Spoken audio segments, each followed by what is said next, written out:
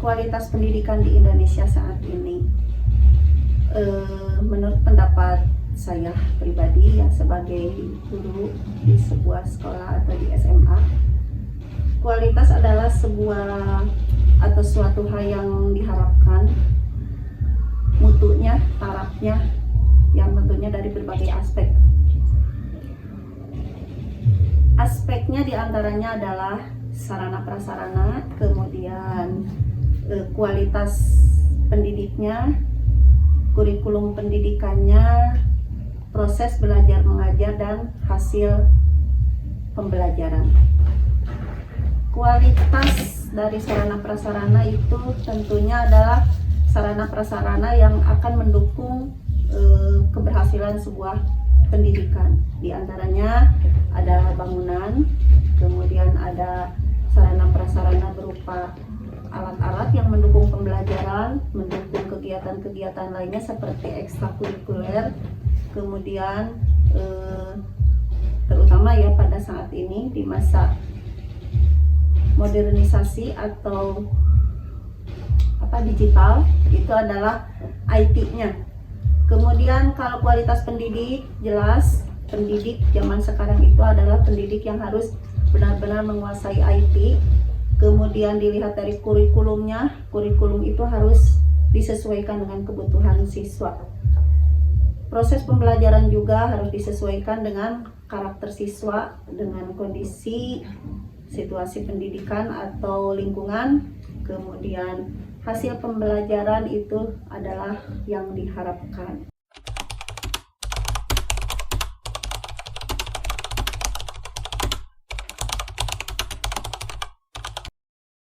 Tantangan dalam menghadapi sebuah atau pencapaian kualitas pendidikan itu jelas. Yang pertama dari keterbatasan sarana dan prasarana. Zaman sekarang itu pendidikan itu mengharapkan mahasiswa yang berkarakter, yang memiliki pengetahuan terutama digital. Sementara seperti sekolah yang berada di kampung-kampung itu sarana prasarananya belum memadai, seperti jaringan atau sinyalnya. Kemudian banyak juga masyarakat atau siswa yang berasal dari masyarakat yang kurang mampu, dimana seperti pada saat ini ujian-ujian itu kan sudah menggunakan handphone ya. Jadi banyak kendalanya itu adalah sarana prasarananya, diantaranya itu signal. Kemudian banyak siswa yang belum memiliki alat yang memadai.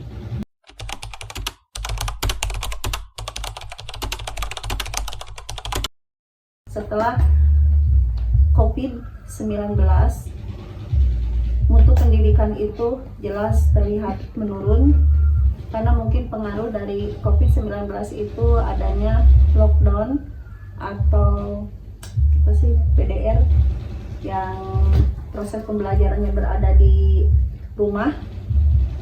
Itu sehingga mungkin anak-anak itu merasa keenakan ya. Jadi semangat atau motivasi belajarnya itu menurun. Kemudian juga dengan adanya sumber daya manusia,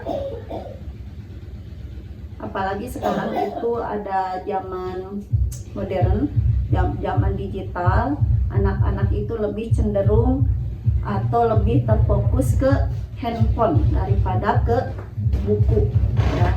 Jadi sekarang itu banyak siswa yang terlihat malas belajar atau tidak ada motivasi karena lebih banyak ke main game atau medsos yang lainnya. Jadi dalam meningkatkan kualitas sumber daya atau kualitas pendidikan itu, tantangan yang paling berat atau paling banyak itu adalah sarana prasarana, mutu pendidikan setelah adanya pandemi, dan kualitas sumber daya manusia. Nah, dengan adanya tantangan, jelas bagaimana kita meningkatkan kualitas pendidikan itu, yaitu tadi kembali lagi tingkatkan sarana prasarananya, tingkatkan mutu pendidikannya dengan kurikulum yang sesuai, Kemudian tingkatkan juga kualitas pendidiknya dengan adanya pelatihan pendidikan bagi guru-guru, adanya tunjangan-tunjangan bagi guru. Kemudian juga kurikulumnya disesuaikan, misalkan proses pembelajaran yang lebih diminati oleh siswa. Dan yang jelas adanya pendidikan karakter.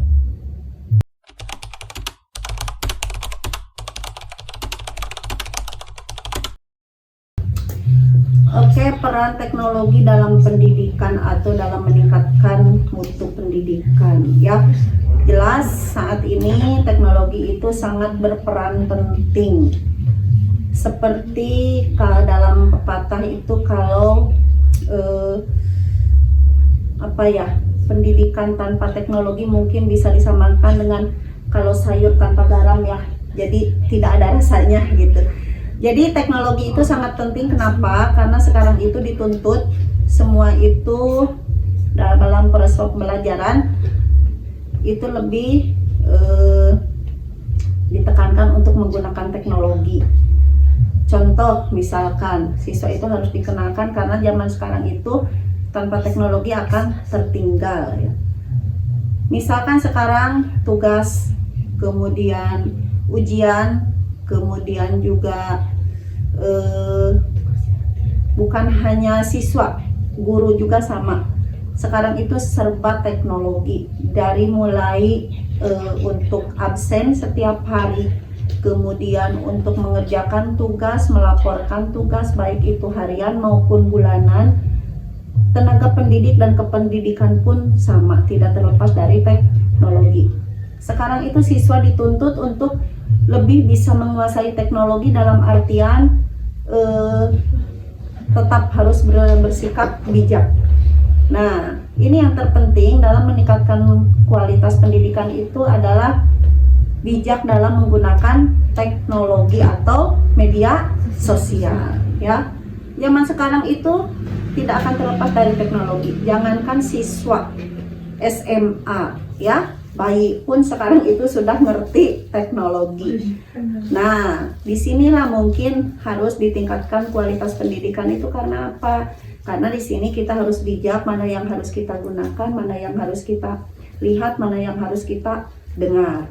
Nah, karena tanpa teknologi kita juga tidak bisa apa-apa. Sekarang itu sumber pembelajaran, kemudian informasi-informasi yang lain itu semuanya ada di teknologi, ya. Jadi intinya kita harus pintar, harus bijak dalam menggunakan teknologi. Kalau kita sudah pintar dan sudah bijak, insya Allah pendidikan itu akan lebih berkualitas.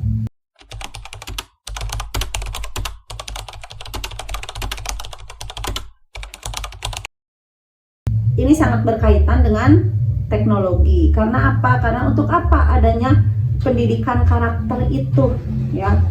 Atau apa sih pendidikan karakter atau berkarakter itu?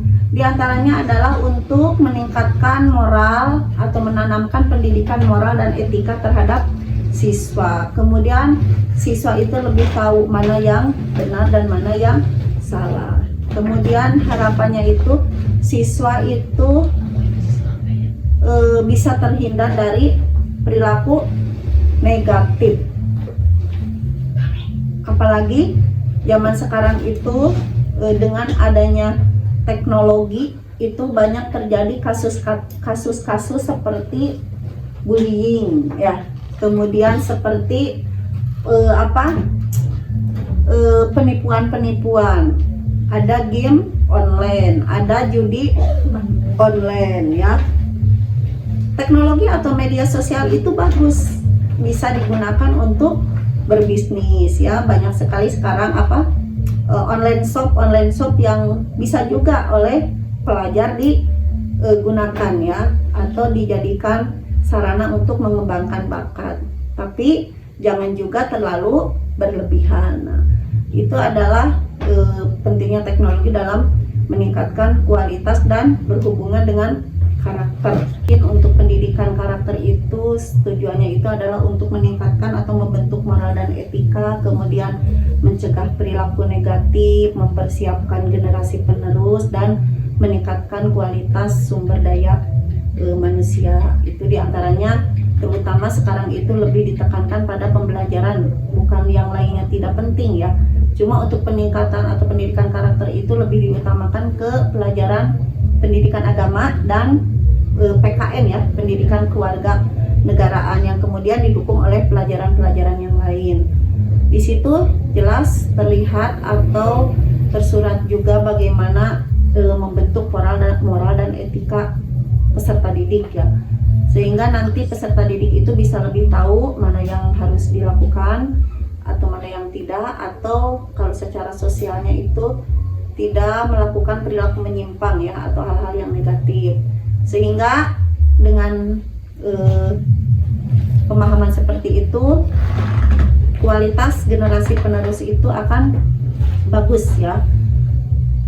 Dan secara otomatis kalau generasi penerus atau peserta didik sudah bagus, itu akan menjamin kualitas sumber daya manusia ke depannya juga akan lebih berkarakter atau akan lebih berkualitas.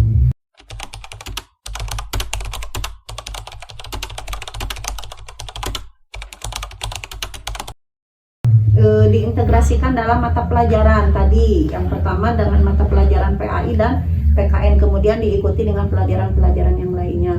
Kemudian juga diintegrasikan dalam keteladanan gurunya atau tenaga pendidiknya.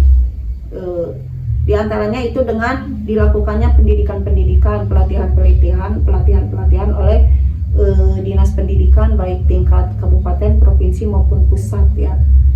Kemudian guru juga diberikan kewajiban, diberikan tugas dalam mendisiplinkan diri, misalkan melalui absensi ya. Kalau di tingkat SMA itu disebut itu Kakmob ya.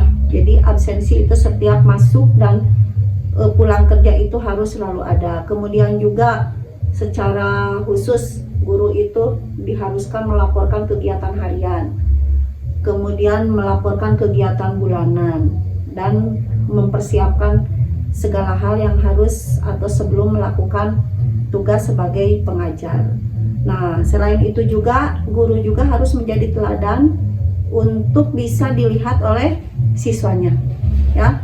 Jangan sampai guru itu memberikan contoh yang justru membuat siswa itu berperilaku tidak baik atau berperilaku menyimpang. Kemudian integrasi pendidikan karakter itu juga bisa dilakukan pada kegiatan ekstrakurikuler. Nah, ekstrakurikuler ini adalah salah satu kegiatan di sekolah untuk menampung, untuk mengembangkan bakat dan potensi siswa ya. Contoh di SMA Negeri 1 Cikatamas itu ada 32 ekstrakurikuler ya, dari kegiatan yang akademiknya seperti kelompok-kelompok belajar, kemudian kegiatan-kegiatan yang berkaitan dengan potensi dan bakat. Nah, itu adalah bisa terlihat dengan masuknya siswa-siswa ke berbagai ekskul. Nah, kebetulan untuk tahun ini ada kegiatan baru ya di SMA, itu adalah Pusdiklat untuk anggota ekskul. Nah, di situ adalah salah satu tujuannya mendidik karakter siswa dari mulai kedisiplinannya, tanggung jawabnya, dan bagaimana mereka itu bisa menumbuhkan atau memperlihatkan bakat dan potensinya. Kemudian yang selain ekstrakurikuler itu adalah pembiasaan diri. Nah, pembiasaan diri misalkan kebiasaan-kebiasaan yang positif dilakukan di sekolah, seperti berdoa sebelum belajar, mengucapkan salam, kemudian ada juga sholat berjamaah, baik itu duha, sholat wajib, dan sebagainya. Kemudian juga ada kebiasaan-kebiasaan seperti jumal, ya, Jumat beramal, atau juga ada kebiasaan-kebiasaan di hari-hari besar Islam, ya, ada istighosahnya, ada pengajian dan sebagainya. Nah, kemudian juga ada juga yang bersifat sosial seperti menjenguk teman atau warga sekolah yang sakit, atau melayat ya pada warga sekolah atau warga sekolah yang mengalami atau musibah ya, turut berduka cita dan sebagainya. Nah, itu mungkin ya integrasi atau bagaimana mengintegrasikan pendidikan karakter dalam pendidikan atau dalam proses pembelajaran atau terutama di dunia pendidikan.